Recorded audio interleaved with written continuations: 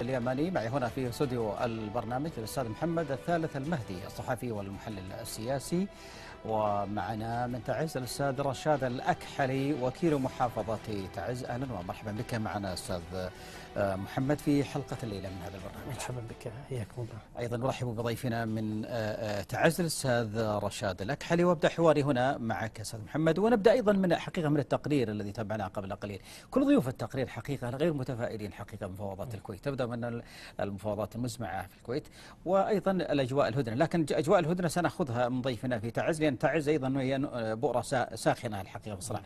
لكن هذا الرأي الحقيقة الرأي اليمني العام غير متفائل وغير واثق حقيقة في الطرف الحوثيين أو المخلوع في هذه المفاوضات. بسم الله الرحمن الرحيم. سعد الله مساءك ومساء المشاهدين الكرام والضيف الكريم من تعز. حقيقة يبدو أن الذهنية اليمنية بنت غياب التفاؤل هنا على أي مفاوضات سياسية مع جماعة الحوثي على الواقع على الأرض، خاصة أنه استطلاعكم من الأرض من الميدان من داخل المدينة الجريحة تحديدا مدينة تعز.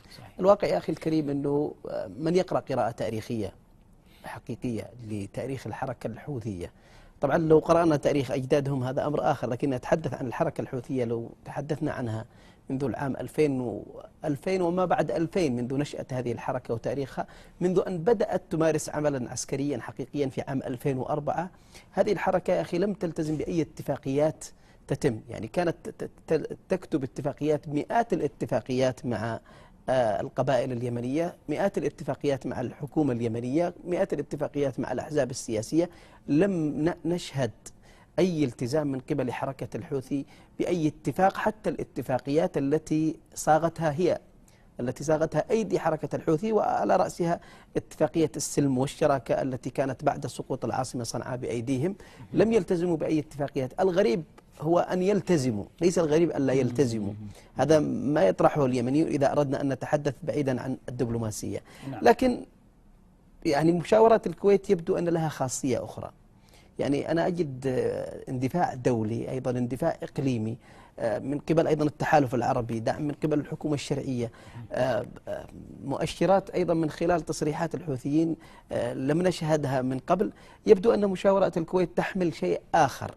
يعني الذي أعرفه أنا أنه المرحلة القادمة هي أو التجربة الأخيرة للحركة الحوثية هي تجربة هذه المشاورات. ما سيأتي ربما سيكون أشد على الحركة الحوثية في المستقبل، وهذا لا أتحدث به بناء على وهم، بل أتحدث به بناء على معلومات، خاصة أنه نشهد خرق للهدنة خلال الفترة الماضية، ومع ذلك لم نشهد أيضا اندفاع من قبل قوى الشرعية والتحالف العربي لخرق الهدنة من طرفها. يحصل ردود في بعض المناطق التي يريد الحوثيين السيطرة عليها. الحوثي يريد أن يصل يوم الاثنين يوم غد بداية المشاورات في الكويت، وقد سيطر، كان من خطته أن يسيطر على اللواء 35 في تعز، وأيضا على فرضة نهم، وهذا ما لم يحصل له، وخاصة في منطقة فرضة نهم. طبعا قدمت الشرعية تضحيات كبيرة من خيرة رجال اليمن المقاومين هناك، لكن مع ذلك لم يستطع الحوثي أن يتقدم، ولا زال يعني، ولأن استراتيجية الحرب أصلا تفرض على الجيش الوطني ألا يتقدم نحو صنعاء، وإلا فالجيش الوطني كما ذكر قائد اللواء 141 لديه القدرة على اقتحام العاصمة صنعاء. فكل المؤشرات تدل على المستوى الواقع على عدم جدية الحوثيين من خلال خرق الهدن. قلنا أنه الذاكرة اليمنية لا تثق في هؤلاء، لكن أشرت أنت لكن يبدو أن الموقف السياسي الدولي من خلال التصريحات التي سمعناها ورفع سقف في تفاؤل في كثير من التصريحات. نعم. يعني كيف نقرأ هذا؟ بشكل عام هو يبدو أن المصلحة، يعني لأنه الذي أدار، للأسف أنا أقولها بشكل واضح، الذي أدار مشروع الانقلاب أو أدار السكوت المجتمع الدولي على مشروع الانقلاب أو التغاضي عن مشروع الانقلاب الذي حصل في اليمن، هي المصلحة أو المصالح الدولية في اليمن تحديدا. يبدو أن بوصلة المصالح الدولية تحولت الآن واتجهت نحو الضغط على حركة الحوثي للاتجاه نحو السلام. طبعا الاتجاه نحو السلام مؤشراته بالنسبة لنا سياسيا أنهم أعلنوا موافقتهم على القرار الدولي 2216. مجرد الإعلان، طبعا على الأرض لا يوجد أي شيء واقعي، ولذلك أنا لماذا أتحدث سياسيا وأفصل عن الجانب العسكري وعن الجانب السياسي؟ لأنه الحوثيين يعملون أيضا عملية فصل بالنسبة لمقاتليهم عن متابعة وسائل الإعلام أو عن أو عن العلم بأي هدنة أو أي مفاوضات سياسية. ولذلك الحوثيين المقاتلين الحوثيين في الميدان مواصلين مشروع القتل، مواصلين مشروع الاستهداف، مواصلين مشروع خرق الهدنة بشكل مباشر ومستمر. المؤشرات السياسية التي يتحدث عنها والتي استجدت في مفاوضات الكويت واختلفت عن مفاوضات جنيف 2 وجنيف 1 هي أن الحوثيين أعلنوا عن طريق ولد الشيخ التزامهم بالقرار الدولي أن الحوثيين جاءوا إلى المملكة العربية السعودية للتفاوض حول بعض الأمور، ومن أبرزها أيضا التهدئة على الحدود. أن الحوثيين تحولوا إلى تسليم السلاح، أيضا تكلم عن السلاح الثقيل أنه لابد أن يسلم للدولة، وهذا أيضا هناك مؤشرات. أيضا لا تنسى أن الحوثيين ربما انضموا إلى حملة شكر المملكة العربية السعودية، وهذا مؤشر جديد. يعني طبعا بدون مصداقية، من يقولون شكرا سلمان في الميدان هم كيف يرفع شكرا وهم يقصفوا في تعز وفي هذا يعني هذا أنا أطرحه من باب التساؤل ومن باب التهكم أيضا على هذا الأسلوب، وأيضا من باب رسالة للمنضمين إلى حركة الحوثيين بعد عام من محاولة شيطنة المملكة العربية السعودية عبر وسائل الإعلام. يتحول الحوثيين بهذه الطريقة إلى شكر المملكة العربية السعودية. دعنا نستمر في الحديث في الجانب السياسي أن هذا قد يكون أيضا مؤشر، ربما قد تتغير الأفكار، وإلا فالأيديولوجية الحوثية أو الأدبيات الحوثية تاريخيا ترتكز على أن هذه المفاوضات جزء من مشروعهم العسكري. هم ينطلقون أيضا من حق إلهي أن لهم الحق في الحكم بشكل عام، وبالتالي كل المشاورات السياسية، القتال، التوقف عن القتال، استمرار هدنة أو توقف هدنة، كل هذا يأتي في إطار مشروع مستمر لهذه الجماعة بالتوافق أيضا مع ولاية الفقيه ومشروع إيران في المنطقة. هناك مرتكزات عديدة أنا أعتبرها أساسية في مسألة الهدنة. أولا المرتكز الأول أن هناك أولا ضبابية فيما طرحه الحوثيين، لم يكونوا واضحين أيضا بالتزاماتهم، ولا يوجد أي شيء خطي لالتزاماتهم، بل كانت عن طريق مشاورة جمال بن عمر والحديث له ولد الشيخ والحديث له، وولد الشيخ نقل إلى الحكومة اليمنية والتحالف العربي. الأمر الثاني أن المشروع الحوثي لم يقبل أصلا ولم يقبل ولم نعرف أنه يقبل بمثل هذه المفاوضات. ثالثا أن الخرق أصلا هي ثقافة موجودة لدى هذه المجموعات. الخرق موجود في ثقافتهم في سوريا، موجود في ثقافتهم في لبنان، موجود في ثقافتهم في العراق.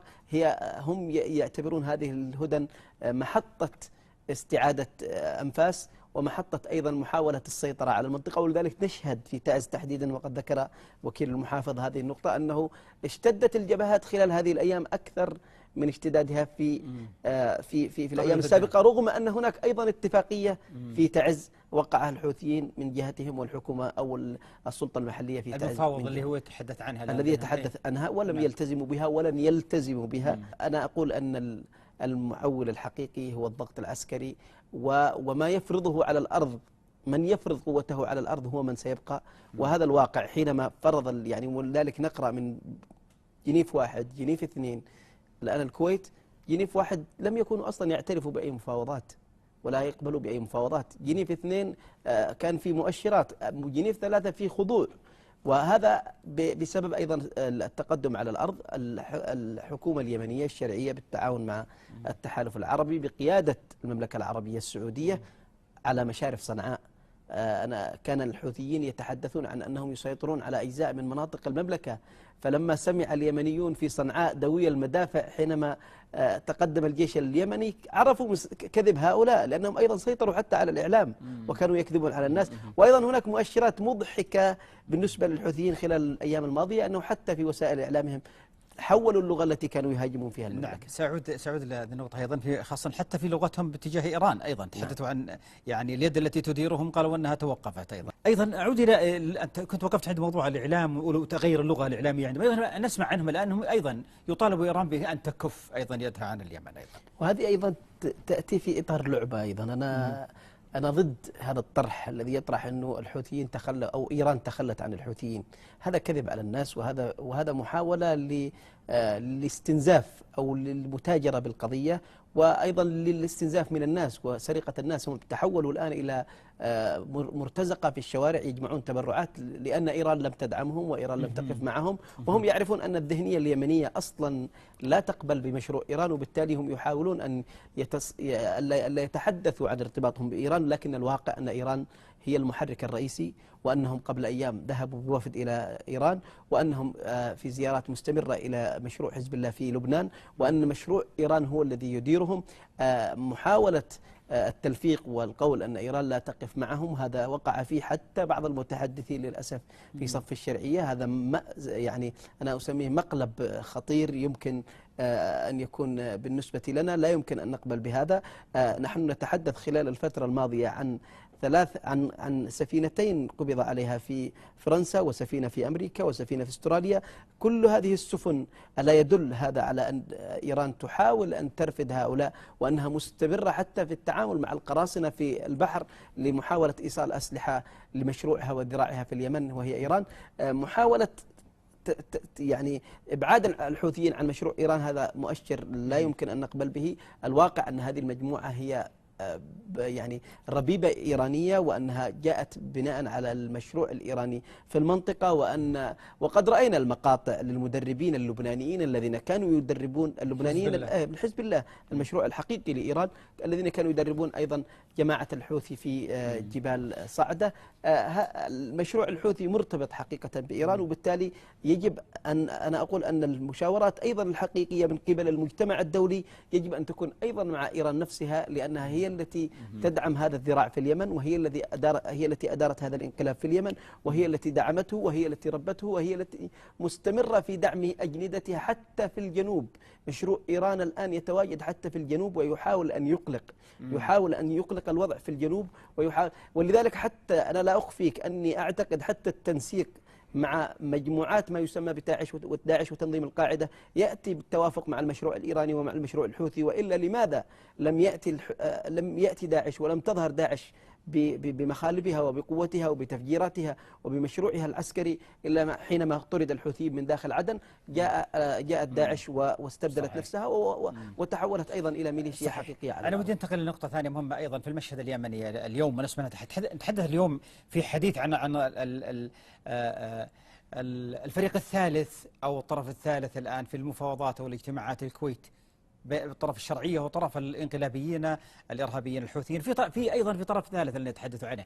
يعني هذا الطرف يعني طبيعته، مهمته، أهدافه، يعني ماذا نفهم عنه هذا؟ أنا حقيقة لما قرأت خبر في إحدى الصحف أيضا عن ما يسمى بالفريق الثالث الذي يعتبره المتشاورين مرجعية في حال اختلف المتشاورين، كيف تحكيم يعني محكم. لكن الغريب أني من خلال قراءة الخبر أنه يقال أن الفريق الثالث أيضا مجموعة من وفد الحوثيين ومجموعة من وفد الشرعية. يعني أنا أقول هذه أيضا مفاوضات أخرى أشبه بالمفاوضات القائمة في الكويت، ما يسمى بالفريق. أنا أقول أن مشروع الإمامة ممكن أن يفتح لنا ألعوبات جديدة عن طريق ما يسمى الفريق الثالث. وقد شهدنا قبل تقريبا شهر محاولات بعض الكتابات التي كتبت عنهم، وربما جاءت عن طريق يعني ما يسمى بالالتواء والكذب، أن هناك فريق ثالث يجب أن تنحى كل الأطراف المتنازعة. وهذا مصطلح خطير أيضا أن نقول أطراف متنازعة. نحن نتحدث عن حكومة شرعية ونتحدث عن قوى انقلابية. ما كتب كان يقول أن هناك فريق ثالث يجب أن يكون هو البديل. لما ذكرت أسماء الفريق الثالث ذكروا الكحلاني وذكروا الوزير وذكروا أسماء هي كانت المهندس الحقيقي للانقلاب العسكري في اليمن.